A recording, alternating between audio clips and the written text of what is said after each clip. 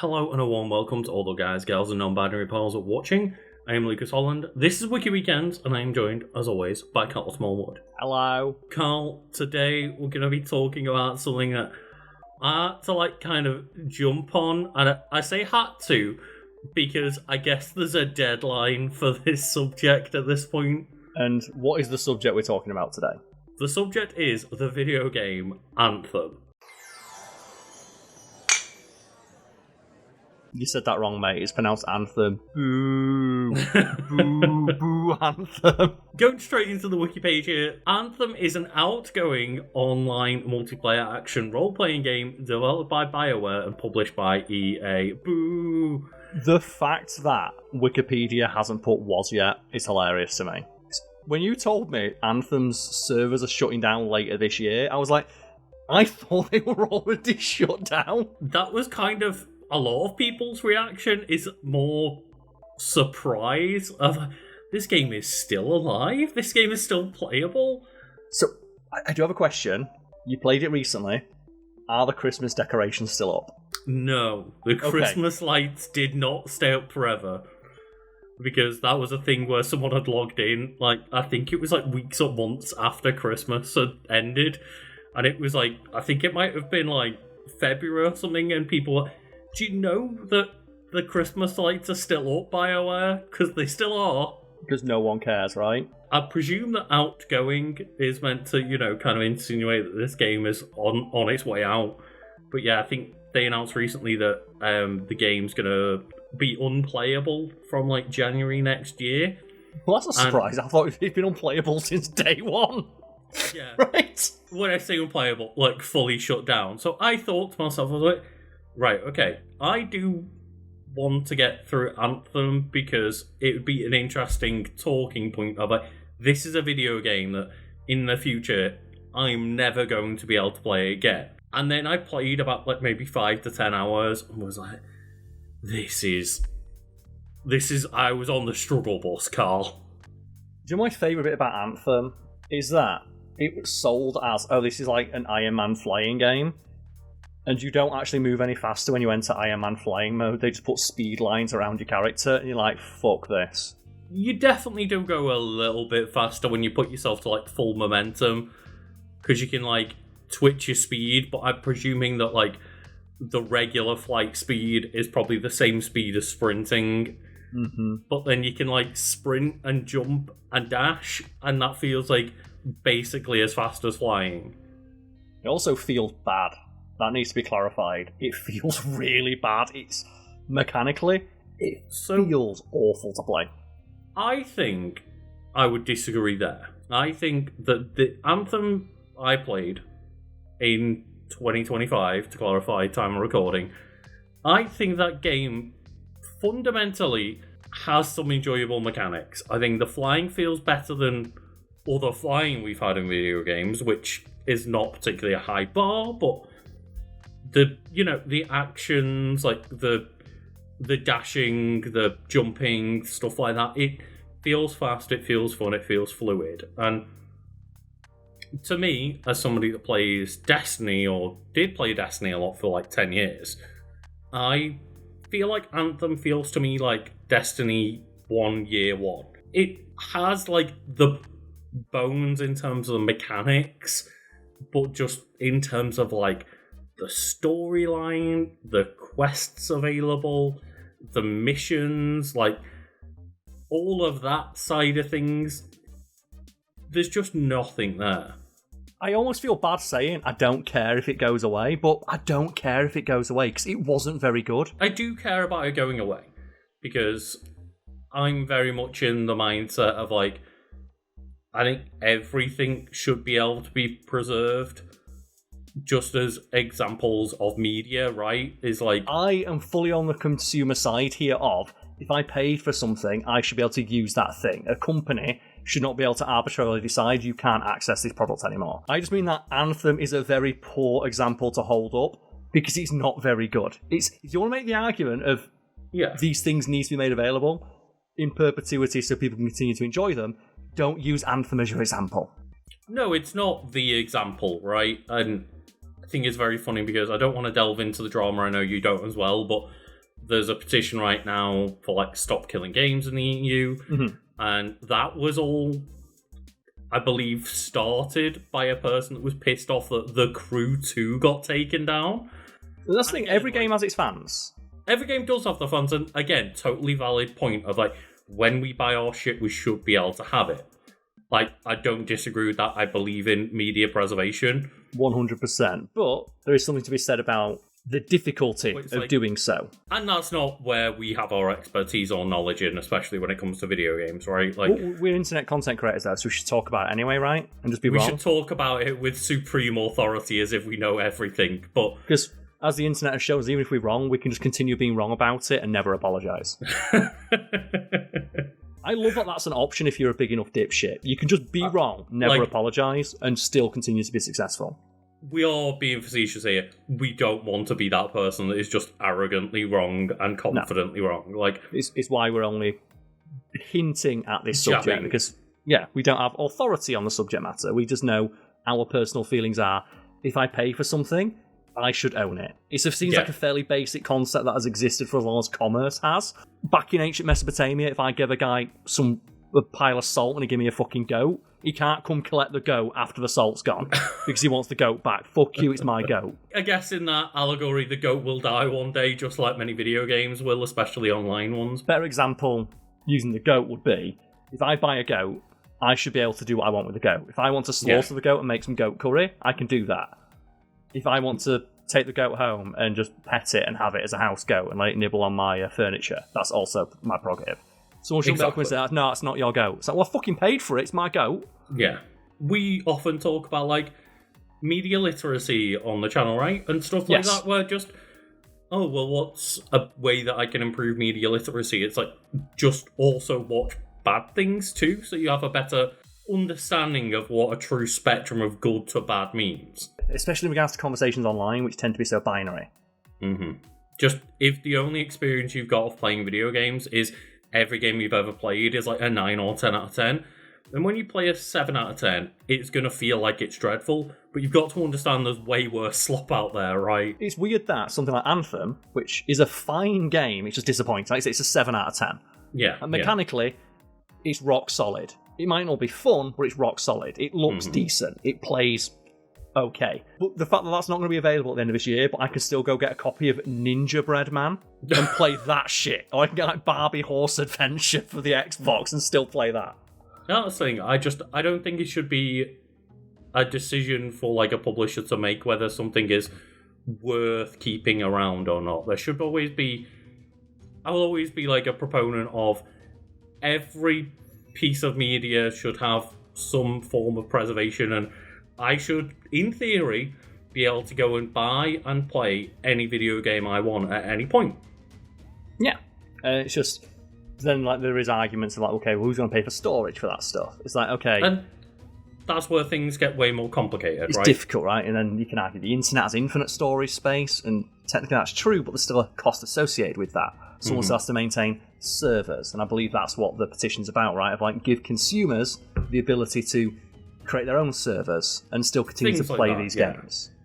That's the idea of kind of like abandonware, isn't it? Of like, well, if the company who owns this no longer wishes to support it, they should release it to the public or allow people to who still have it to continue to create their own servers and do what they wish with it without fear of retribution. But it's interesting because digital media is such a new idea, and I'm always fascinated with the idea of, like, for example, like abandonware, where it's like people will argue that, okay, this thing has not been touched in 5 years, 6 years, it should be immediately released into public domain.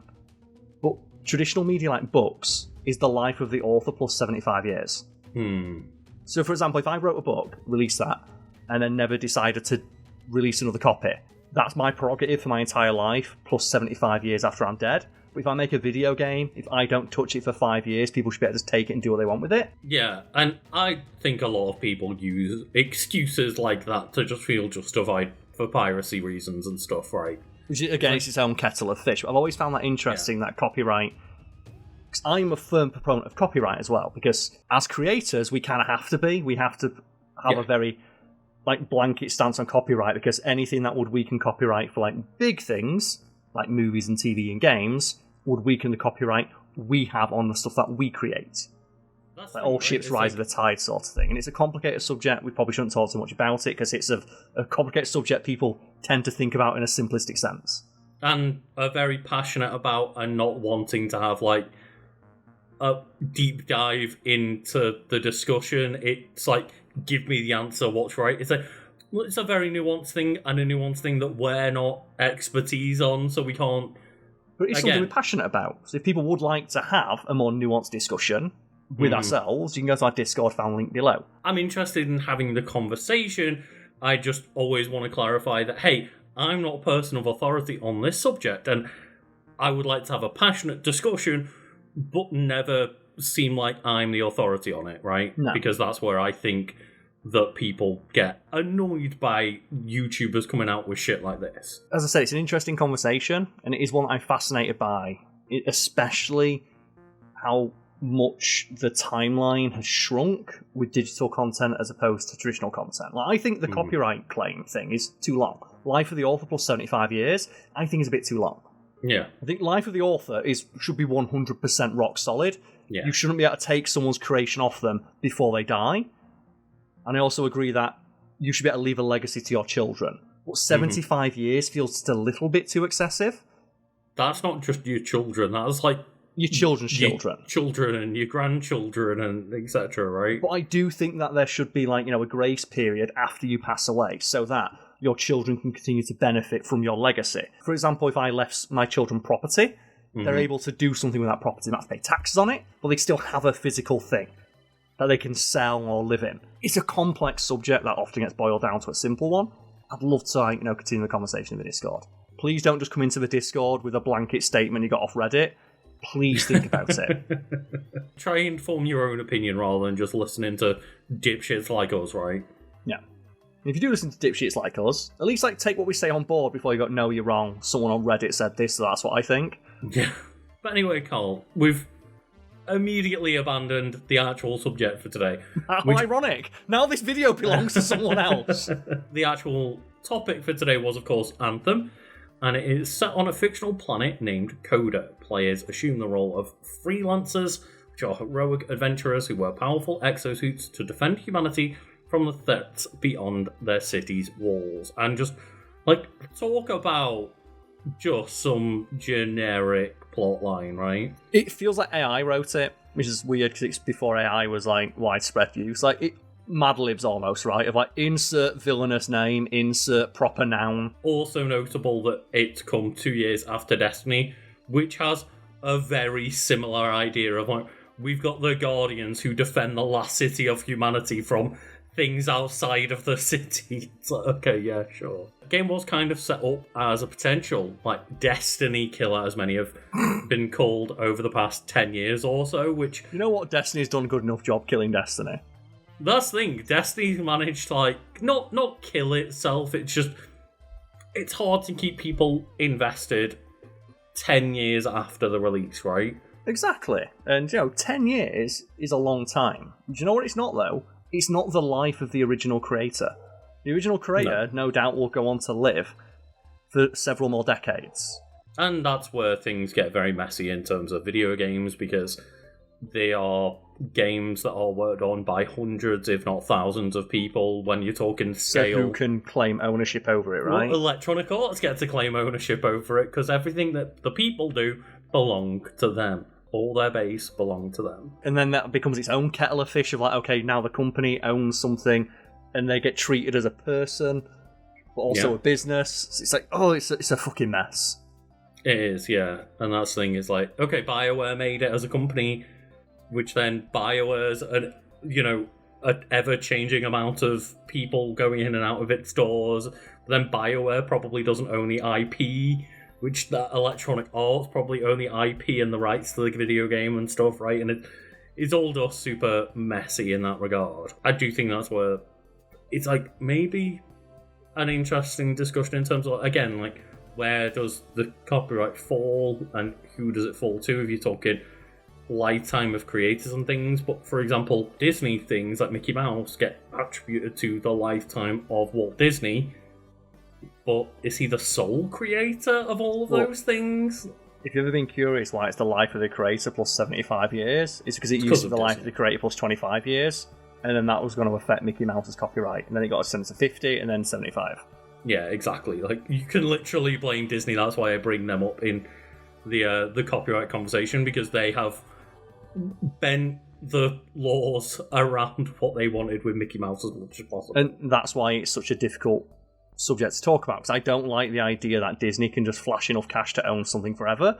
But I do think their point of, if you create something, you should own it, and you should be able to will it to your children. I just don't like that it's Disney making that argument. Yeah, it's interesting as well, right? Because it's like, okay, but if you're still using that character and that IP in modern day, should that affect copyright and things like that? Because then that eventually just means that people can start stealing Mickey Mouse from a company that's still using Mickey Mouse. It's interesting. That's why the example of property is a good analogue to help people visualize this. Of, like, say you build a house with your bare hands and you will that to your children. Would you want in 75 years someone to be able to just come and take that house away from them?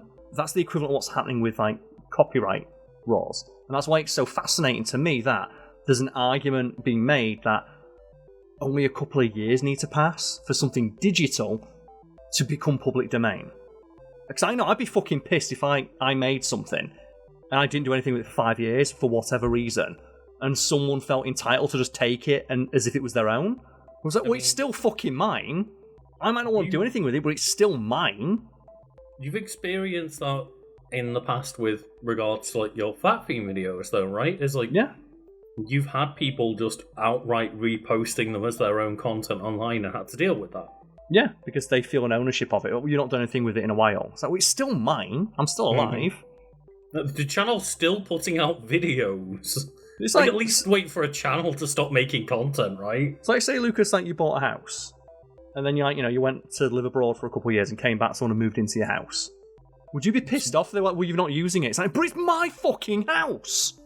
I mean, that's literally the argument of, like, squatters and squatters' rights, right? And normally their argument is, well, it's a rich person's house. It's like, okay, but the same logic you're using to take that rich person's house, we used to take my house, and I have to kind of support the rich person, because if you weaken the overall ownership laws, who's the person who's going to get took advantage of? The people with fucking lawyers and millions of dollars and resources? Or me? It's an example that you can take to its extreme end, right? Of, like, if you keep whittling away and giving people more rights to squat in any house, then if you take the extreme end of what that could become, is like, can you just walk into somebody else's house and start using it? The argument that I like to make is, everyone always assumes that it's going to be used to, like, fuck over corporations, but it's corporations who've got the most resources. So the people who are bad actors, who are they going to use these, like, loopholes and exceptions to take advantage of? The people who have the resources to fight back, or those who don't? Yeah. And that's why, like, I mentioned the blanket approach we kind of have to copyright, of weakening copyright rules is only going to really affect the people who can't afford to defend themselves, a la fucking everybody who's not Disney. Yeah, and it's why you have to kind of support Disney when them and Universal, like, fighting against generative AI, and you have to be like, yeah, go Disney, because I don't want to see AI be able to use whatever the fuck they want for all perpetuity for any reasons, right? It's like, and I'm not big enough to fight against. That's why the meme comes from, right? Of, like, you can't stop me. No, but he can. Yeah. And it sucks, because that can be framed as, well, you're defending a big corporation. It's like, I'm defending the idea. It's just that so happens that the big corporation agrees with me, which is a distinction in my mind, but it might not be in others. Yeah, people can draw their own lines. Going back to Anthem, Karl, it says that Anthem received mixed reviews from critics who criticised it for its grind and shallow gameplay, technical aspects and story, but its combat, flight controls and visuals received some praise. Some. That's where, like, that's the highest thing that they can say, is like, some bits got some praise. You know what, Lucas? What is the most, like, average 6, 7 out of 10 that you will defend to the hilt? Ooh. Because my go-to answer is always Prototype. Okay, yeah. I think Prototype 1 and 2, to an extent, are good games, but they could be better. Mm-hmm. I have an affinity for them, so I'll defend them. People say they suck. It's like, no, they're 6, 7 out of 10s. And 8 for me, because I like they gel with my personality, but I'll admit that they're not great games, but I'll defend them as if they were, because they're great to me. Yeah, I think that's where a lot of, like, IP games fall in a nice category of, right? Of, like, there's a lot of Dragon Ball games that I will sit there and say I had a lot of fun with. Like, not long ago we mentioned having a lot of fun with Raging Blast 2. Yes. It's like, that's not a particularly great game, but it's good enough that I will defend it being fun. Also, if that game didn't have Dragon Ball on it, you would never play it. If that was like generic fighter number 3, you wouldn't play it. But because there's like a Dragon Ball skin on there and you have an affinity for the characters, it goes from being a 6, 7 out of 10 to an 8 for you. Mm-hmm. A couple of other like 7 out of 10 kind of games. I mean, at the time, Destiny, when it came out, I was You were like Destiny's first fucking soldier, mate. Oh, I was like in the alpha.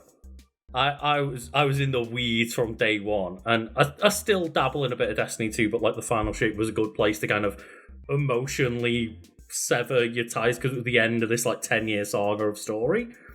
But I still dip in, but like I'm not as committed to it as I used to be, and many people aren't at this point. But again, I don't think that's a bad thing for it to be like, well, I got 10 years out of these 2 games. Pretty great. When Destiny 1 came out, I was there defending its gameplay. I was like, the story's not great. It kind of didn't have an ending, but I'm excited for it to get more content down the line because the gunplay feels so good. And boy, did it get a lot of content. Got a lot. Yeah. And I think another one that just sprung to mind is the No More Heroes trilogy, where just a lot of Suda51 games in general, like, they just have that unique style and fun to them where, okay, these games aren't the best, but I generally want to play them. And is there any others like that for you that stand out? Well, Lucas, you already know what I'm going to say. Metal Gear Rising: Revengeance, baby. No, that's like a 9 out of 10. Okay, but I've seen a lot of criticism for its length. People's like, oh, it's like 3 hours long. I mean, I guess, but I still think that game took me like 6 to 8 hours on a first playthrough, which... You know, maybe that's like close to an 8 or 9, as you said then. So, yeah. A game that's like probably a little bit worse, but I still have an affinity for, is the Medieval series. Sir Daniel Fortescue is my boy. I will defend Sir Daniel Fortescue forever, because that is so fun. Those games suck ass, but I like the fact he's a skeleton. There's also PS1 era Nightmare Creatures, for one reason and one reason alone. Rawr.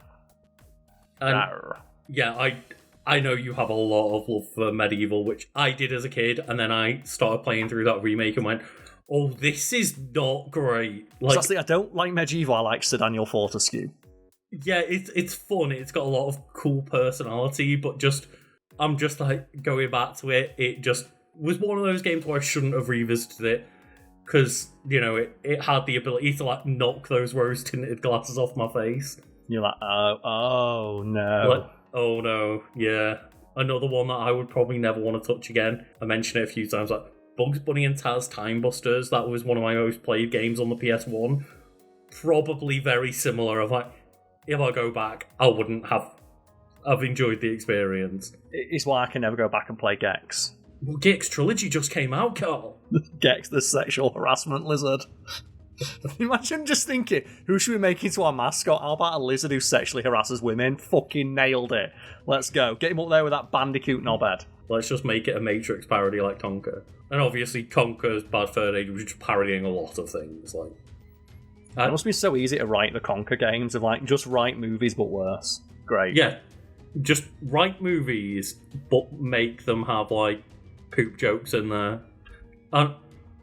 You know, the one thing I will defend is the song from The Great Mighty Pooh. I am the Great Mighty Pooh, and I'm going to throw my shit at you. Put a video game boss that's going to throw shit at you in there.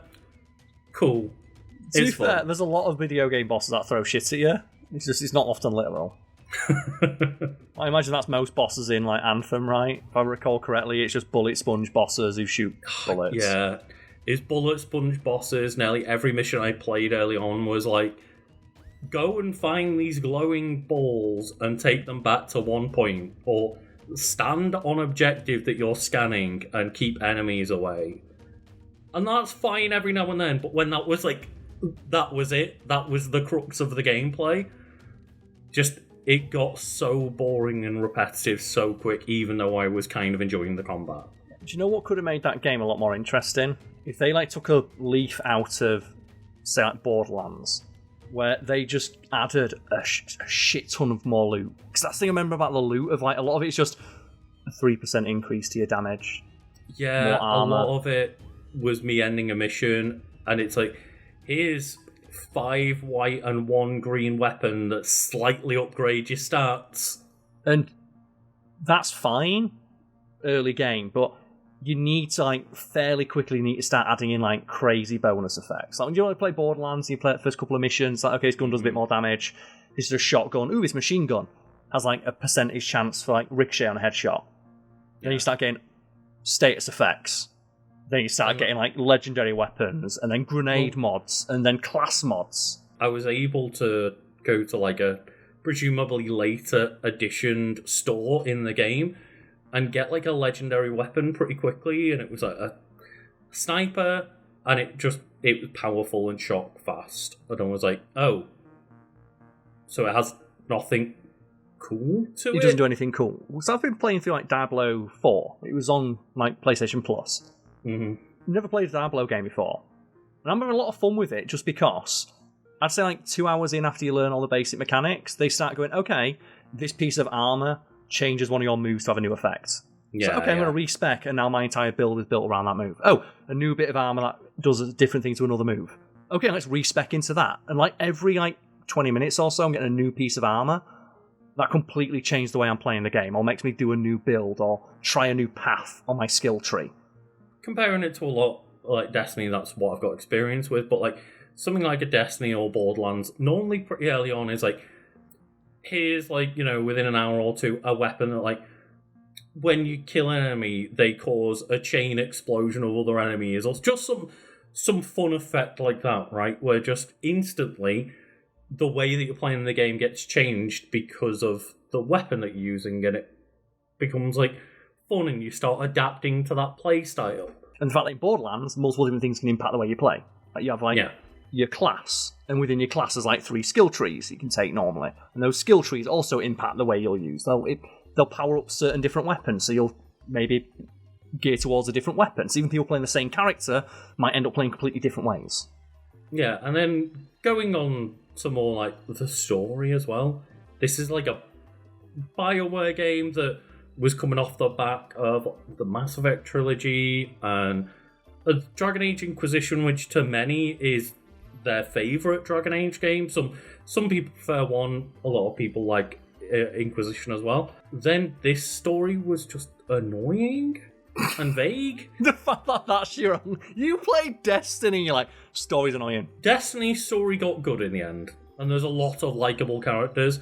I didn't like any of the characters I met in Anthem so far.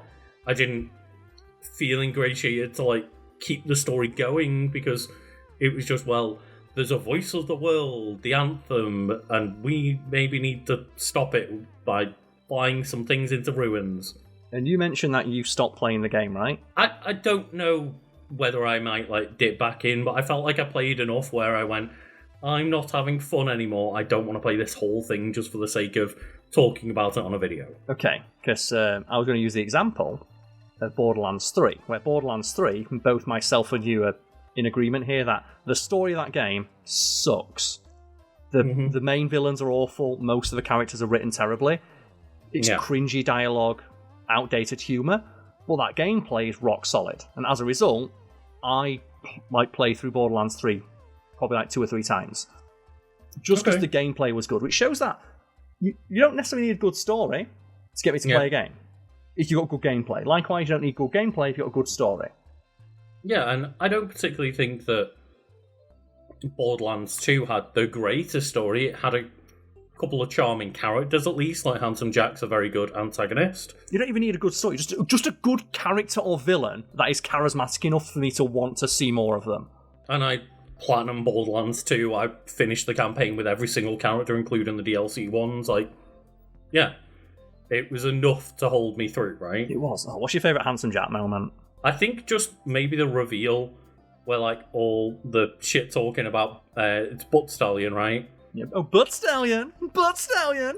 Just the idea that none of that was a lie. He actually has like a fucking diamond unicorn called Butt Stallion. It's like, what the fuck? I contend your introduction to Handsome Jack and the Butt Stallion conversation is some of the tightest writing for character introduction. And if I ever taught a class on like how to write a character and introduce them properly, I would use that as one of the examples because, one, it's funny, so it gets across the tone of the game, but a detail of that conversation that maybe people overlooked is that when Handsome Jack calls you, he's like gnawing on pretzels or something, right? It's like, God, these pretzels suck. Yeah. He says like, yeah, I bought a diamond pony because I'm rich. All right, bye. Then he calls you back. He says, just let you know, that diamond pony is actually real. That is genius, because right away, you've got everything you need to know about Handsome Jack. He's rich, but he's insecure. That's 2 lines of dialogue, and I've already got everything about that character that I need to know. Been pretty good. Just bought a pony made of diamonds. Yeah, because I'm rich. So, you know, that's cool. Goodbye. I should probably clarify. The diamond horse I've been telling you about, it's not a sculpture or anything. It's a living horse that actually happens to be made of... Well, yeah, actually, I'll go get her. Butt Stallion! Here, girl! Butt Stallion! Say hello! Yeah.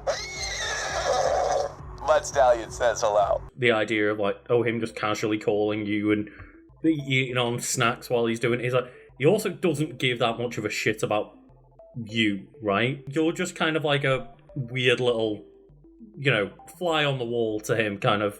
He's just trying to piss you off and swat you away, right? He's like, not really thinking that big a deal of you at the time. Character introduction 101. I know everything I need to know about that character 30 seconds after knowing them. And you never even see him. Just dialogue and audio. And the first couple of people you meet in Anthem, every person I met was like, either you have no personality or your partner character, who's like your kind of, the guy in the chair kind of vibes. He's constantly just chatting shit at you, and every time I'm like, please stop talking. I do not find you endearing, and now you just won't leave me alone. And they're just in your ear all the time. Yeah. The Calypso twins, right? Of like, it worked for Handsome Jack, and Handsome Jack's obnoxious. Yes, but Handsome Jack is charismatic. The Calypso twins are not charismatic. No, not at all. The game did actually reach over 5 million lifetime sales, which apparently failed to meet commercial expectations because fuck EA. That game was on sale a month after release. I want to say, I picked up a copy of Anthem 6 months after release for a $5, because that many copies got returned to like second-hand shops. That sounds about right. And it's kind of similar to Ubisoft games, right? Is Ubisoft have taught their audience to just wait 2 months for like a 50% off sale. Yep. So I'm interested in that Assassin's Creed game, but I'm not paying 80 quid for the special edition. Yeah, you'll pay 30 quid for it in a few months after launch, right? Yeah. It failed to meet commercial expectations. I don't know what their expectations were, but they were too high, clearly. And BioWare announced in February 2020 they would be reinventing the core gameplay of Anthem as part of a long-term plan, and then all future development ceased in February 2021, so a year later. You can laugh about that, but they did support the game for 5 years by keeping the servers on. That deserves some credit in an industry where what was that game that died in like a month? Concord. Oh, Concord. That was 25 days before that got deleted in its entirety. It was about 2 weeks after launch that they were like, it's gone. Removed from sale from everywhere. $200 million like pissed away like that, fart in the wind, gone. At least the servers for this stayed on. Yeah, true. They 100%. I want to say lied. Maybe BioWare, were intending to do this, and it was EA pulling the rug from underneath them. So I can't necessarily say, BioWare developers lied to us, because at the time they may have been approved to made those announcements and made those commitments, but then publisher decided it's not worth the money. The numbers didn't hold up, but this is one of the other reasons why I think games do need to be preserved. I don't like the idea that we live in an age, the digital age, where things can be deleted. And just out of sheer pettiness, I don't like that when companies make mistakes, they can delete it. Like, I don't like that PlayStation can just pretend Concord never happened. No. Yeah. That's an embarrassing blemish on your company's record. You're not allowed to get rid of that. And the weird thing is, that game was fine. Bland. Generic. Sure. But, I don't think the developers of that game deserve to have their work deleted, taken away and deleted as, this massive blemish on PlayStation's history. Yeah. And that's another reason why I don't like that. You said you were able to revisit Anthem 5 years almost after they stopped supporting it in its entirety. Mm-hmm. So you were able to form your own opinion about it. Concord will forever be renowned as this game that was so bad it was deleted, even though, as you said, the gameplay was fine. How are you ever going to prove that now? Yeah. That's why you should be able to at least maintain it in some way. Mm-hmm. It's similar to studios deleting old episodes with problematic content in them. I don't like they can pretend they didn't exist. No, that's not how it works. You can't pretend you didn't do this. How much of 30 Rock has been removed from platforms at this point, right? The amount of things they've had to be just apologetic and go, let's pretend this never happened. I don't like that they can do that. I don't like that Tina Fey can pretend that she didn't write 6 episodes of a show that had Yellowface in it, because they no longer available for viewing. I'm laughing at the absurdity, not at the... I don't like that Joe Rogan can delete 150 episodes of his podcast because he screamed the N-word in them. I want the historical record to be maintained. I don't know who should maintain it, but it should be maintained. We will try and maintain these videos for as long as we can. If you think that we've earned it from a fun discussion, then give us a like or subscribe or all that good jazz. But thank you all for watching either way. Hope you all have a lovely day. Do you think someone's out there cataloguing our stuff? I know we're not. That's the thing, we don't do it. And that's, again, that is our prerogative, it's our stuff. If we ever to clarify, I currently do have an archive of everything I've made in final video form. But that's our prerogative to delete it, right? But at the same time, I can understand why a fan might be upset if, say, for example, if an episode they liked got removed from YouTube. So I can see it from both perspectives. Right? As a creator, it shouldn't be on me to have an ever-growing collection of hard drives that has every piece of content I've ever made on there. Mm-hmm. But I can understand as a fan, it's well, I like it and I don't want it to go away. But it's but I don't want it in my house. And that's the thing is, we have made videos in the past that we just had to take offline because they got blocked for copyright and stuff like that, right? And it doesn't make us any money. It literally costs us money to have them on our hard drives and stuff, so why would we want to do that? But at the same time, I see it from the perspective of a fan who maybe thinks, well, I like the video, I want to see it. I shouldn't have to pay to maintain it. Quick, go watch all of our videos before we delete them. Quick, go. Also, I don't want people to have the ability to just download it and upload it to their channel and monetize it because it is mine. And I should have the option, if I own something, to get rid of it. But there's a point where it becomes popular enough where I shouldn't be able to do that, and I don't know where that line should be drawn. Anyway. That's why I'd love to have the discussion. This is a circular argument. Exactly. Go and join the Discord if you want to continue the discussion. Yes, and have a look. I just wanted to clarify that. Thank you. Bye. Karl, it's the start of a new month, and of course that means it's time for a new shout-out for the end of the month, and this month, Karl, it's Wrath Month. And for anyone out there unfamiliar with the concept of Wrath Month, it's something I came up with, and the idea is you find all those companies and people who adopted and used Pride imagery to sell their product and or service, and then you get real angry with them for not doing stuff to help out the queer community. So let us know in the comments where you think gay rage should be directed towards. Who deserves the gay rage the most? Who's not done it? Who's not helped? Where do we take the energy from Pride Month and direct our rage at? Which, admittedly, this year has been less because they're all fucking cowards. Yes, who is going to be our gay Goku that we're going to direct all of our gay energy into to give them ultra gay instinct?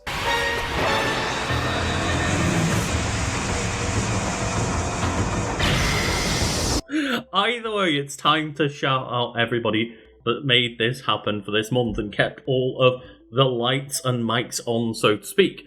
And Karl, I believe you have the first shout out, so go ahead. Oh, also as well, I'd like to remind everyone out there that we have a standing offer, a challenge, dare I say, to our audience at home to come up with the hardest to pronounce words they can think of for their name over on Patreon. And boy, have people taken us up on that. They've taken that gauntlet, picked it up, shat in it, and slapped it across the face. It's gonna get to a point where, like, none of these shout-outs are in English anymore. It's getting there. I'm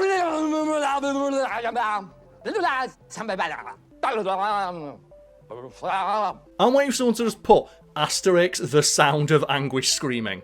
Well, I'll get to one later where, yeah, there's a literal non-language part in one of the shout-outs today. And the first person we have to shout out is Tinakui Horchata Otiklane Tommy. And I hope I'm pronouncing that correctly. They've mentioned here that it is in the language of Nahuatl. And I'm unfamiliar with that language, so let me know how I did. That sounds highly offensive. Does it, white man? No. Yeah, it literally says in the patron name, like, you said a different language, so let's try it. Let's go.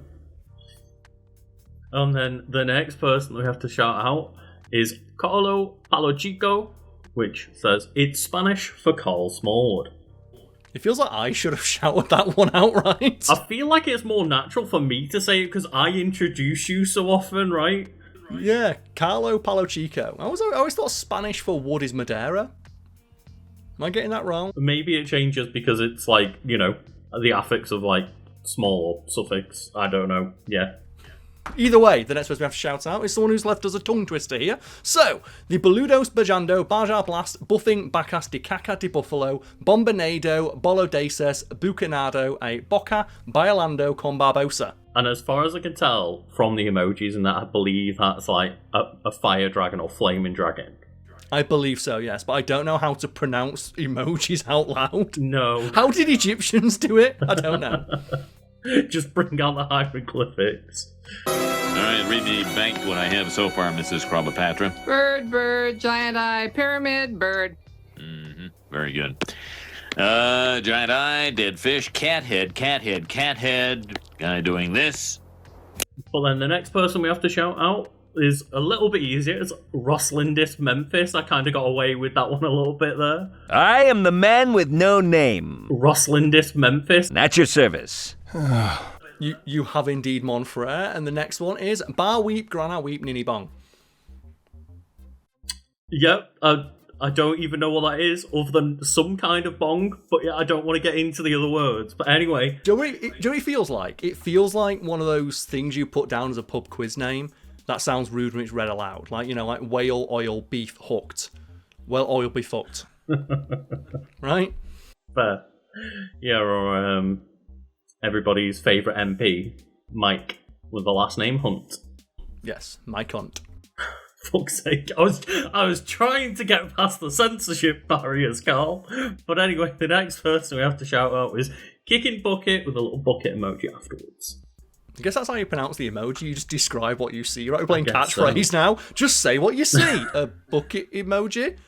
You win £5. No, because Karl, if it was catchphrase, it'd be like, you absolute fool. It's singing in the rain. It's oh yeah, of course. Yeah. Snake Charmer. Oh god, that's the last one. It'll never be topped. Yeah. It will never be topped. 5 seconds. Here we go.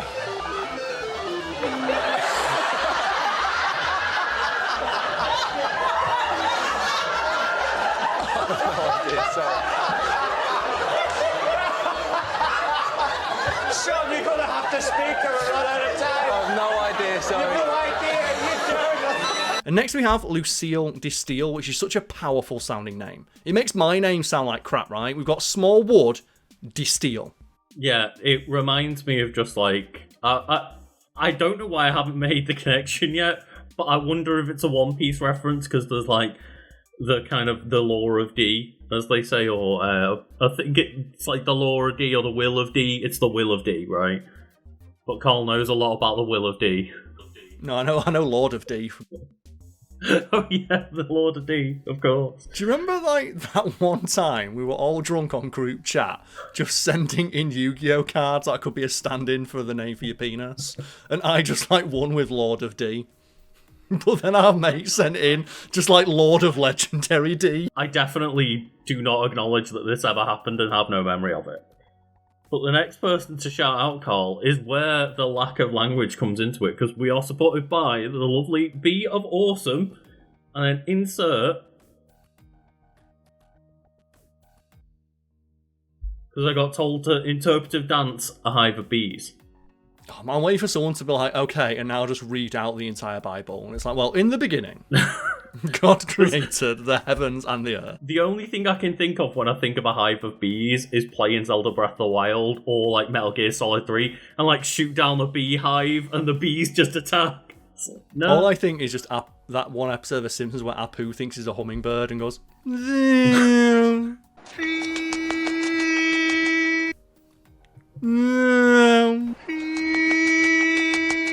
which is similar, right? Hummingbird's like only a little bit bigger than a bee. But next we shout out Lam de Llama. And of course, I always have to just shout out the llama face. That's the thing. It's just, I can't get around just the Emperor's New Groove. Like, it's the top tier of llamas. It is. Except for, like, you know, llamas with hats, which I gotta shout out, because it's like, Karl. You know what? Funny every time. Is it? Is it? No. Karl, that kills people! And then next we have to shout out Little Ghost, who has got little ghost emojis either side of the name, which just, of course, reminds me of, like, the Gotenks attack where they blow out all the little Gotenks ghosts, right? Is it ever established how Gotenks does that? You know what? Does anyone else in Dragon Ball have the ability to create an energy attack that has sentience? Yes, I believe they all do, but Gotenks is the only one who's a child and willing to use their imagination with their ki. That's me! Okay, because I know like Goku can like steer his ki and Krillin can steer his ki with like the spread shot, but why does Gotenks' like energy blasts talk? Yeah, right? like, that seems like a super broken ability that no one else uses. Summoning many ghosts that can literally shit talk their opponent. Yeah, like Super Ghost Kamikaze attack. And speaking of which, you got a favourite like Dragon Ball attack name? Because I don't think anything ever tops Hellzone Grenade, does it? Oh yeah, Hellzone Grenade is maybe just the one.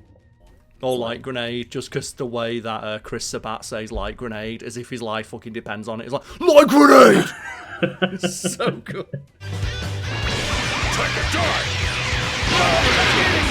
And speaking of Scream, Karl, we have to give a special shout out to our next patron, Split Scream.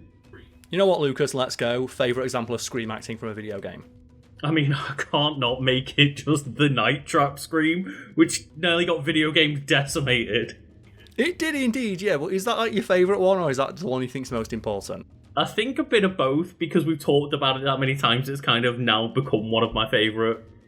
Yes, and if people don't know, the basic story is that the lady I'm about to put a clip in of screams so realistically for what is otherwise a campy B-movie inspired video game that people legit thought it was a murder simulator and almost got video games killed.